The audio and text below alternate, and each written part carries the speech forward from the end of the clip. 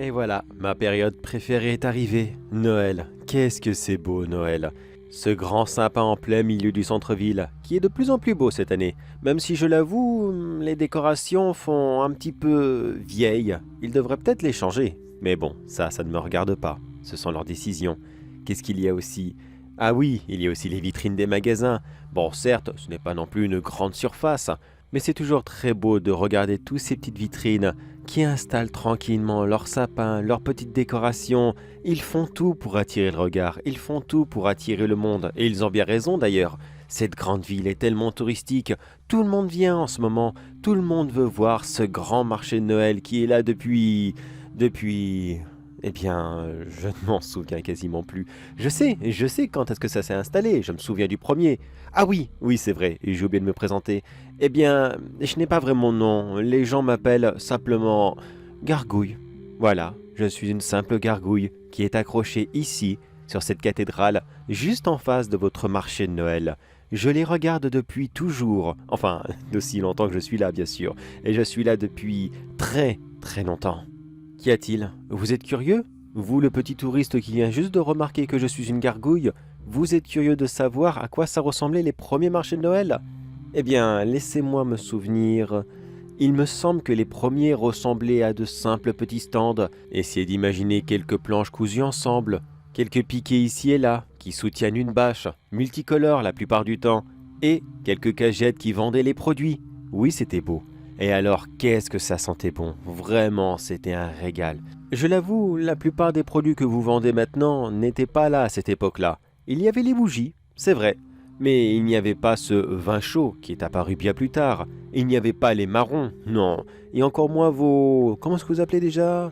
Crêpes, c'est ça, vos crêpes. Non, non, ça n'y était pas, non. Et vous allez être surpris, mais il y avait très peu de jouets à cette époque. Et il n'y avait même pas de boules de Noël. Non, cela est arrivé bien plus tard. Je me souviens qu'à cette époque, c'était des pommes que vos ancêtres accrochaient. Voilà pourquoi vos couleurs traditionnelles sont le doré et le rouge. C'était simplement les couleurs des pommes de l'époque. Mais que s'est-il passé? Eh bien, on raconte que c'était un simple monsieur, un petit souffleur de verre, qui n'avait pas l'argent pour acheter des pommes. Il s'est dit, tiens, je vais faire mon travail. Je vais souffler des boules en verre. Du coup, il a accroché celle-ci dans son sapin. Il a eu beaucoup de succès. Il en a vendu à tout le monde, et ainsi de suite. Mais cela n'est qu'une légende, ce n'est pas une science exacte. Il y a tellement d'autres choses encore que les marchés de Noël ont changé, tellement. Vous ne pouvez pas imaginer le nombre de plats, de gâteaux et autres petites choses que j'ai vu apparaître au fur et à mesure du temps. Des petites modes ici et là qui sont venues et qui ont disparu aussi vite. Et vos artistes de rue, oh là là, vos artistes de rue, qu'est-ce qu'ils étaient géniaux au fur et à mesure du temps. Bon, c'est vrai que j'avais mes préférences niveau des spectacles. Par exemple, ceux avec les animaux me manquent beaucoup, mais apparemment vous n'avez plus le droit, je n'ai pas compris pourquoi. Maintenant ce sont des spectacles avec des petits trucs qui volent dans le ciel, vos... Comment est-ce que vous appelez ça déjà? Vos... Bon, qu'importe. Mais vous voyez ce que je veux dire? Ça vole, ça fait beaucoup de bruit, ça fait de la lumière. C'est joli, c'est vrai. Mais je vois pas le rapport entre Noël et ces petits machins volants. Honnêtement, pourquoi? Pourquoi est-ce que vous voulez toujours vous retirer à vous-même ce que vous avez inventé il y a quelques années en arrière? Vos ancêtres créaient un spectacle et vous, quelques générations plus tard, vous trouvez ce spectacle honteux, dégradant, humiliant et j'en passe. Mais vous savez qu'ils ont dit exactement la même chose sur les spectacles de leurs propres grands-parents? En fait, vous les humains, vous n'arrivez jamais à vous satisfaire de ce que vous avez déjà. Vous ne cessez de cracher sur vos descendants pour être sûr que vous, ce que vous faites actuellement, est bien meilleur. Moi personnellement, j'appelle ça le déni. Mais bon, faites ce que vous voulez. De toute façon, qui suis-je pour critiquer? C'est vrai d'ailleurs, qui suis-je? Car depuis tout à l'heure, je parle du marché de Noël qui est juste devant moi. Mais qui suis-je réellement? Oui, je suis une gargouille, comme je vous l'ai dit. Mais à quoi est-ce que je sers? Pourquoi est-ce que je suis là? Je vais vous répondre dans quelques minutes, d'accord? Laissez-moi aussi vous parler d'autre chose sur ce marché de Noël. Les périodes sombres. Car oui, il en a connu des périodes extrêmement sombres, dont vous avez été responsable. Je me souviens de cette période où il y avait une espèce de... Comment est-ce que vous avez appelé ça? Révolution. Oh oui, ça a vraiment été très triste, vraiment très très triste à cette époque. Les gens ne cessaient d'avoir peur les uns les autres, plus personne ne sortait. Un carnage, un véritable carnage. Pour vous dire à quel point, Il fut un temps où il y avait des gens vêtus de gris qui avaient pris le contrôle de ce marché de Noël. Et bien même à cette époque, les gens avaient peur, c'est vrai. Mais disons que ces hommes en gris aimaient eux aussi Noël. Donc d'une certaine façon, il n'y avait pas spécialement de méchanceté, j'ai envie de dire. Tout le monde était plus ou moins joyeux, ou alors faisait semblant d'être joyeux. Mais pourquoi je vous parle de ces deux périodes-là précisément? Eh bien, parce que la magie de Noël était fausse à ce moment-là. Complètement fausse. Bon, il y a eu d'autres événements où ce que c'est arrivé, bien sûr. Ce n'est pas que sur ces deux périodes. Mais qu'est-ce qui se passe quand la magie de Noël devient fausse? Eh bien, malheureusement, il s'avère que la magie de Noël est super méga importante. Celle-ci vous protège d'horribles créatures qui peuvent provenir de n'importe où. Mais très souvent, ils proviennent des enfers eux-mêmes. Et ils arrivent pour vous piquer les fesses, si je puis me permettre l'expression. Mais en quoi la magie de Noël arrive à vous protéger? Eh bien, c'est pas spécialement une véritable magie. Faut pas croire non plus que l'un d'entre vous va faire un abracadabra et tout le monde est protégé. Non, non, c'est pas comme ça que ça marche. Non, c'est plus une espèce de... Comment expliquer ça? Essayez d'imaginer une euphorie générale ou alors une joie de vivre gigantesque, que celle-ci s'accumule précisément dans cette zone et qu'elle se disperse partout autour de vous, qu'elle éclate littéralement dans toute la ville, voire même dans toute la région. Vous imaginez un petit peu? Essayez d'imaginer une bulle d'énergie positive qui gonflerait encore et qui éclaterait pour vous en disperser. Eh bien, essayez d'imaginer, bien sûr, ce marché de Noël qui ferait une très grosse bulle de bien-être. Et il n'y a pas que lui, bien sûr. Chaque village, chaque ville, chaque mégalopole, bref, partout où il y a un marché de Noël, partout il y a une protection comme celle-ci qui s'installe. Et comment ça se passe dans les pays où on ne fête pas Noël? Eh bien, je l'ignore.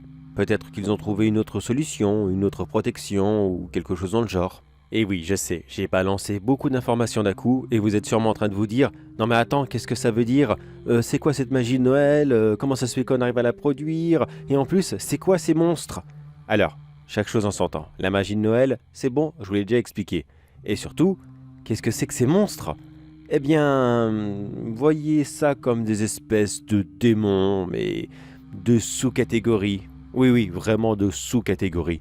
Ce ne sont pas non plus des énormes créatures démoniaques comme les 7 péchés capitaux ou Lucifer lui-même par exemple. Non, ce ne sont que des démons de bas étage qui meurent d'envie de monter sur Terre le jour de Noël. Et pourquoi ce jour précisément?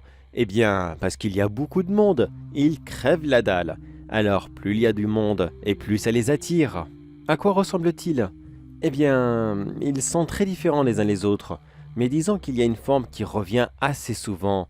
Ce serait la forme d'une grande créature, maigre, sans ailes, non, oubliez les espèces d'ailes un petit peu chauve-souris ou je ne sais quoi que vous avez inventé, non, ça c'est pas vrai du tout. Non, ce sont juste de grandes créatures maigres, aux longs doigts bien acérés et avec d'immenses dents. Dès qu'elles arrivent, elles se cachent directement dans l'obscurité, dans une petite ruelle par exemple, et dès que vous passez dans celle-ci, elles vous sautent dessus, et à l'instant que vous le remarquez, eh bien... il est déjà bien trop tard pour vous. Comme je vous l'ai dit, elles ont faim, extrêmement faim. Chacune d'entre elles est capable de dévorer au moins une vingtaine d'entre vous chaque soir. Ça fait beaucoup de personnes, n'est-ce pas? Alors maintenant, essayez d'imaginer si l'une d'entre elles arrive ici sur Terre pendant 10 jours et qu'elle se glisse tranquillement au milieu de la population et qu'elle dévore une vingtaine de personnes par soir. Qu'est-ce que ça donnerait? 200 personnes qui disparaissent? C'est bien, vous savez calculer. Mais maintenant, essayez d'imaginer que c'est un groupe de 100 de ces créatures qui sort d'un coup. Qu'est-ce que ça va faire? 2000 personnes qui vont disparaître. Oui, c'est bien, vous savez encore très bien calculer. Mais maintenant, imaginez cette grande ville avec 2000 personnes comme ça qui disparaissent, pouf, du jour au lendemain. Ça ferait bizarre, n'est-ce pas? Vraiment bizarre. Et maintenant, encore pire comme calcul, essayez d'imaginer si tous les marchés de Noël ont justement cette ambiance très oppressante et très bizarre que je vous ai dit plus tôt. Alors, combien de créatures vont sortir un petit peu partout? Certainement plus d'une centaine. 2000? 6000? 10 000 peut-être. Je vous laisse faire le calcul justement de ces chiffres, et croyez-moi qu'ils font tous extrêmement peur. Maintenant vous comprenez pourquoi je vous ai parlé de ces deux périodes, la Révolution française et l'occupation allemande. Eh bien, parce que justement à cette époque, l'ambiance de Noël n'était vraiment plus là, et les créatures se sont permis de tuer à tout va tous ceux qui passaient près d'elle. Donc il y a eu beaucoup d'accusations de « Ah, c'est lui qui a fait ci, c'est lui qui a fait ça ». Non, non, non.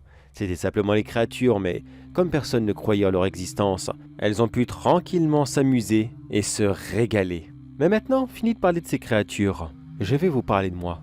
Qu'est-ce que je sers exactement? Pourquoi est-ce que je suis là?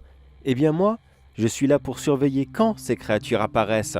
Et dès qu'elles sont là, je les renvoie directement chez elles, un grand coup de savate dans les gencives. Et oui, il y a beaucoup de légendes sur les gargouilles, qu'on est des créatures bannies, qu'on est des gardiens qui doivent rester ici pour toujours.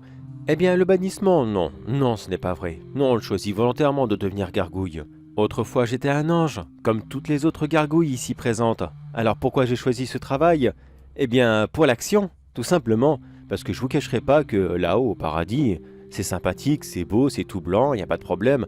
Mais alors, entre nous, qu'est-ce qu'on s'y fait chier? Mais alors, oh là là, c'est terrible. Vous donneriez n'importe quoi au bout d'un moment pour qu'il y ait une personne qui fasse une connerie et que vous puissiez l'arrêter ou alors le taper.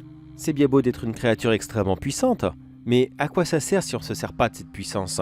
C'est comme si que vous vous achetiez une très très belle voiture, très très puissante comme, je ne sais pas, une Lamborghini par exemple, et qu'on vous dit « non, tu n'as pas le droit de rouler avec ». Eh bien c'est frustrant. C'est vraiment, vraiment frustrant. Voilà pourquoi j'ai choisi ce travail. De temps en temps, je peux enfin me défouler. J'imagine que vous voulez un exemple de ce qui a pu se passer. Eh bien... voyons voir. Ah oui, je me rappelle, durant la Révolution. Oui, on va prendre cet exemple-là car il a été très très marquant. Alors, déjà, pourquoi est-ce que je n'ai pas intervenu directement? Eh bien, sachez que je ne peux pas intervenir H24, évidemment. J'ai un code, un principe, des morales. Je ne peux pas, comme cela, venir devant vous, bousiller des démons et repartir ni vu ni connu. C'est complètement impossible. Je dois attendre que tout le monde soit au dodo, qu'il n'y ait plus personne dans les rues, que personne ne surveille, ni quoi que ce soit d'autre, et après, je peux descendre de mon perchoir, prendre ma véritable forme et bousiller la gueule à plusieurs démons. Mais le problème, c'est que vous êtes envahissant, vraiment, vraiment envahissant. Vous ne pouvez pas vous empêcher de sortir au moins une fois de temps en temps pour dire je ne sais pas du tout. Même les commerçants des marchés de Noël, car oui, n'oubliez pas que tout ce que je vais vous raconter se sont passés sur des périodes de marché de Noël. Eh bien, même eux, les marchands, ils étaient partis à ce moment-là. Il n'y avait plus personne dans le marché. Il était censé être fermé. Mais non, il y a toujours quelqu'un qui se dit « Tiens, je vais faire un petit tour, je vais me promener, je vais jeter mes bouteilles, mes déchets dans le marché, comme ça va bien les faire chier. » Alors moi, depuis mon perchoir, je suis prêt à leur sauter dessus, je suis prêt à intervenir. Mais non, il y a quelqu'un. Donc il faut attendre, encore. Soit la personne s'en va, soit elle se fait bouffer. Très souvent, elle se fait bouffer. Très très très souvent. Est-ce que je m'en veux de ne pas être intervenu plus tôt? Est-ce que je m'en veux d'avoir laissé des innocents mourir comme cela devant moi? Honnêtement, non. Non, pas du tout. Pourquoi? Eh bien, simplement parce que vous n'aviez rien à faire ici, mais alors rien du tout. Il y a des heures où il faut aller faire dodo, tout simplement, et vous sortez quand même. Alors, au bout d'un moment, j'ai envie de dire, si vous n'êtes pas capable de rester au lit tranquillement chez vous, bien fait pour vous. Oui, je suis méchant, c'est vrai, mais depuis le temps que je suis là, vous croyez vraiment que j'arriverais à survivre si j'avais du remords pour chaque personne qui sont mortes? Mais bref, comme je vous le disais, durant la période de la Révolution, il y avait beaucoup de... Comment est-ce qu'ils s'appelaient déjà, les révolutionnaires? Ils avaient un nom, pas les sans-culottes, les... Si, je crois que c'était eux. Je ne sais plus du tout, ça date. Ça date d'il y a maintenant très longtemps. Mais bref, ces gens-là étaient toujours dans la rue, et c'était très très difficile de trouver 5 minutes pour pouvoir aller buter un démon. Et qu'est-ce que faisaient ces sans-culottes? Oui, je crois que c'est les sans-culottes qu'ils s'appelaient. Eh bien, ils patrouillaient, tout simplement. Ils vérifiaient que tout le monde était bien chez eux, que personne ne traînait dans la rue, parce qu'évidemment, à cette époque, il y avait un couvre-feu. Attention, fallait pas se promener, évidemment, parce que sinon, le pauvre petit Jean-Guy qui vit tranquillement dans sa maison, s'il sort dehors, eh bien, ça se trouve, il est anti-révolutionnaire, ou je ne sais quoi encore. Oui, à cette époque-là, eh bien, vos ancêtres étaient très sur les nerfs, on va dire. Voilà, je vais pas les critiquer, c'était l'époque, c'est vrai que c'était une époque très très sombre, vraiment vraiment horrible même, mais ils étaient vraiment sur les nerfs. Et si vous vous dites que oui, c'est vrai, mais à cette époque, les gens n'étaient pas plus énervés que maintenant, faut pas dramatiser. Oh, je vous rappelle qu'à cette époque-là, dans le passé, ils avaient quand même les maisons closes. D'accord? Ils pouvaient se détendre, si vous voyez ce que je veux dire, à n'importe quel moment. Et d'ailleurs, je pense même qu'ils auraient dû y aller beaucoup plus souvent. Et d'ailleurs, j'y pense. Vous savez que c'est déjà arrivé que dans ce marché de Noël, celui-ci qui est devant moi, il y a très longtemps, La maison close s'est permis justement de faire un stand qui était très sexy, j'ai envie de dire. Mais excusez-moi, je m'égare. Mais maintenant, laissez-moi vous conter mes exploits. Surtout une nuit en particulier, car il y a une nuit où j'ai failli à la règle. Je l'ai contredit, tout simplement. Je suis descendu un soir car oui, j'avais vu des démons, oui, il n'y avait personne, et oui, pour une fois, je pouvais intervenir. Mais malheureusement, quand je suis arrivé dans la ruelle et que le démon s'apprêtait à attaquer une victime, j'aurais dû faire demi-tour. J'aurais dû laisser cette victime se faire dévorer et après intervenir pour qu'il n'y ait pas de témoin. Mais quand j'ai vu cette fameuse victime, cette pauvre enfant qui devait avoir quoi, 10, 12 ans, grand maximum, quand je l'ai vue être en proie de ce démon, qu'elle se débatte avec lui pour qu'il puisse la relâcher, eh bien, j'ai pas pu partir, j'ai pas pu la laisser. Je suis intervenu et j'avoue que ça a été rapide, très rapide même. Évidemment, le démon était occupé avec quelqu'un d'autre. Même quand ils ont la pleine attention sur nous, en général, ils ne font pas l'enfeu. Mais alors vous imaginez s'ils sont distraits? Un coup, un unique coup sur la tête. Je me souviens avoir frappé si fort que celle-ci en a explosé sur place et qu'elle s'est désagrégée quelques instants après en des centaines de petits morceaux de cendres. Voilà pourquoi vous ne trouvez jamais de cadavre de démon. Lorsqu'ils meurent, ils disparaissent et vous ne pouvez rien garder.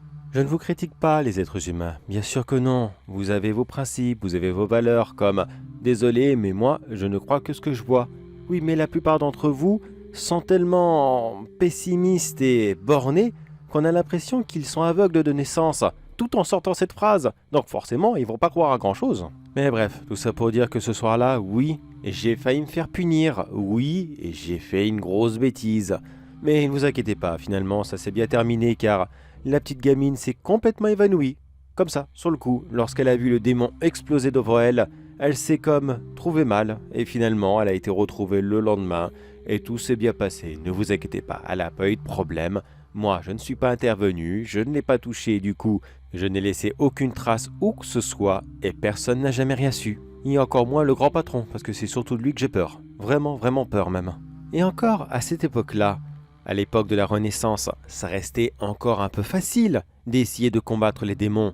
Mais depuis le début du siècle dernier, vous avez inventé des machines volantes, les avions, les hélicoptères, tout ça. Comment voulez-vous que moi, je vole dans le ciel sans me faire remarquer par ces choses ? Et maintenant, vous avez inventé les radars et autres systèmes de localisation. Comment voulez-vous que j'arrive, ne serait-ce qu'une toute petite seconde, à intervenir pour essayer d'aider quelqu'un, même si je le voulais, je ne peux pas. Je me fais remarquer de quasiment partout. Et il faut voir ce que ça donne lorsque j'interviens. La dernière fois que je l'ai fait, c'était il y a 10 ans. Je l'ai fait rapidement, je suis descendu, j'ai tué 3 démons, je suis retourné à ma place. Et le temps que je fasse ça, il s'est écoulé quoi? 10 minutes, grand maximum. Eh bien, en 10 minutes, seulement 10 petites minutes, il a fallu que les pompiers, les gendarmes et même l'armée interviennent directement car apparemment, il y avait eu une activité suspecte à côté de la cathédrale et c'était très bizarre. Il fallait à tout prix inspecter car on ne sait jamais, il aurait pu y avoir un souci, un attentat ou je ne sais quoi encore. Mais non, mais sérieusement, c'était juste moi, détendez-vous un petit peu. Mais ça, je sais que vous en êtes incapable. Donc aujourd'hui, eh bien, je reste là et je regarde.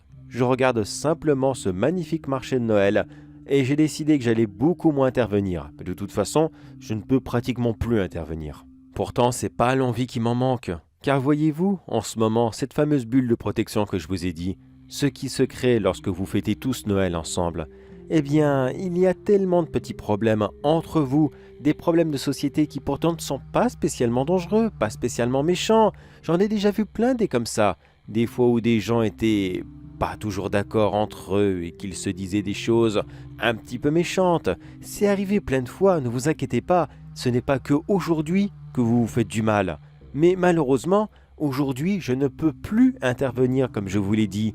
Donc, je vous vois vous déchirer, je vous vois vous disputer pour des broutilles, des choses complètement inutiles, mais des choses qui sont tout de même assez fortes pour attirer des démons.